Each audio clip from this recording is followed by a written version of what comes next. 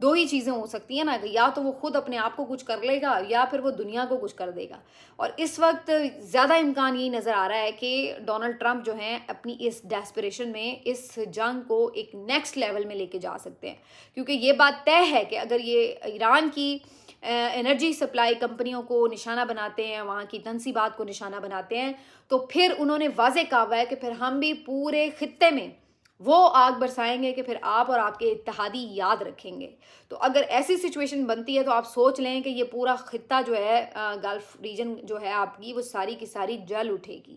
اور یہ بہت خوفناک قسم کا منظرنامہ بنتا نظر آ رہا ہے اگر اس طرح خدا نخواستہ ہوتا ہے. یہ بھی عین ممکن ہے کہ یہ تمام چیزیں صرف سائیکلوجیکلی انڈر پریشر کرنے کے لیے ایران کو کی جا رہی ہوں، اور ان کا مقصد صرف یہ ہو کہ اس طرح کی باتیں کر کے ان کو کسی ڈیل کے لیے اگری کروا لیا جائے. تو دونوں میں سے جو بھی سچویشن ہو، بہرحال ان کے اس ٹویٹ کے اوپر بات تو بہت ہو رہی ہے.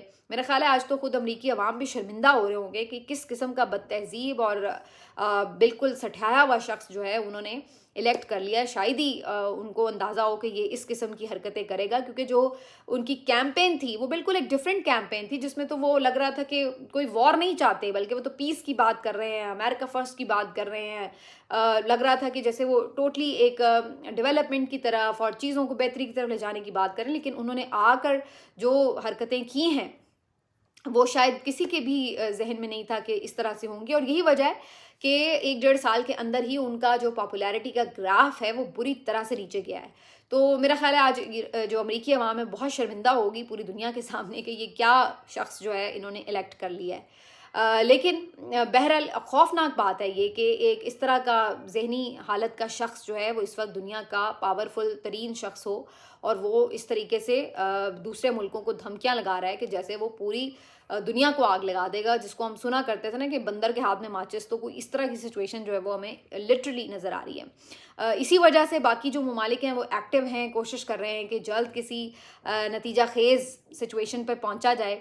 اور ایک دفعہ پھر سے خبریں آ رہی ہیں کہ ٹرکی، مصر، پاکستان دوبارہ سے ایکٹیو ہوئے ہیں، اور ان کی طرف سے دوبارہ کوشش کی جا رہی ہے کہ ایران کو کسی بھی اگریمنٹ کے لیے کم از کم ٹاکس نیگوشیٹ کرنے کے لیے جو ہے وہ راضی کر لیا جائے. ایران جو ہے وہ اس کے اوپر ابھی تک ہمیں نظر نہیں آ رہا کہ وہ کوئی راضی ہے. ایران سے بھی ہماری درخواست ہے کہ اس میں تو کوئی شک نہیں کہ پاکستانی عوام بالکل ایران کے ساتھ ہے، اس میں بھی کوئی شک نہیں کہ آپ نے بہت زبردست بریوری سے یہ لڑائی لڑی ہے. لیکن اب یہ بھی بات درست ہے کہ آخر کسی طرف تو اس معاملے کو لے کر کے جانا ہے، تو کم از کم آپ ٹاکس کے لیے بیٹھے ضرور، اپنی بات ضرور کریں، اور پھر دیکھتے ہیں کہ اس کے اوپر کس طریقے سے باقی جو کنٹریز ہیں وہ اپنا آپ کے لیے سپورٹ فراہم کس حد تک کر سکیں. تو کم از کم بیٹھیں ضرور، کیونکہ ابھی جس طرح سے ایک پاگل پن کا شکار ہو رہا ہے خطہ، یہ ڈونلڈ ٹرمپ کے پاگل پن کا شکار ہوا ہے، اس کو روکنا تمام جو سمجھدار لوگ ہیں ان کی ذمہ داری ہے. تو اس لیے یہ کوشش تو ابھی ہو رہی ہے ایک دوبارہ سے، کیونکہ بیچ میں یہ تعطل آ گیا تھا، لیکن اب اس کا کیا نتیجہ نکلتا ہے یہ کچھ بھی کہنا قبل از وقت ہوگا. لیکن اس سارے معاملے کے اوپر ایک جو خوفناک ایلیمنٹ ہے، یعنی ایون آج تو یہ بھی ایک خبر آئی کہ باقاعدہ ٹرمپ نے اعتراف جرم کیا ہے کہ جب ایران کے اندر یہ اپنے ان کے جو لوگ تھے وہ مظاہرے وغیرہ کر رہے تھے تو ان کو اسلحہ تک پہنچایا گیا ہے امریکہ کی طرف سے باغیوں کے تھرو، کہ جناب آپ جو ہے تاکہ، یعنی وہ خانہ جنگی چاہتے تھے کہ ملک میں خانہ جنگی ہو جائے، اور اس کے بعد جو ہے ٹرمپ وہاں پہ باقاعدہ ایک اٹیک کریں اور پھر بڑی آسانی سے رجیم چینج ہو جائے. لیکن وہ ان کا پلان کامیاب نہیں ہو سکا فار ڈفرینٹ ریزنز. لیکن یہ انہوں نے اعتراف بھی کیا کہ جی واقعی اس طرح کی سپورٹ جو تھی وہ ایران کے مظاہرین کے لیے انہوں نے فراہم کی.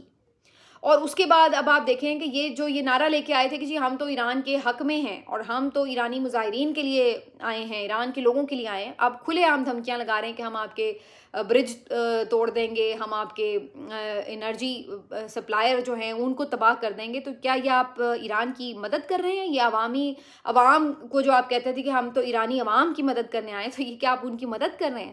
تو اب آپ کے عزائم جو ہیں وہ بڑے واضح ہیں کہ آپ بیسکلی صرف رجیم چینج چاہتے تھے، یہاں پہ اپنی کوئی کٹ پتلی حکومت چاہتے تھے تاکہ آپ کے جو عزائم ہیں ان کو تحفظ دے سکیں.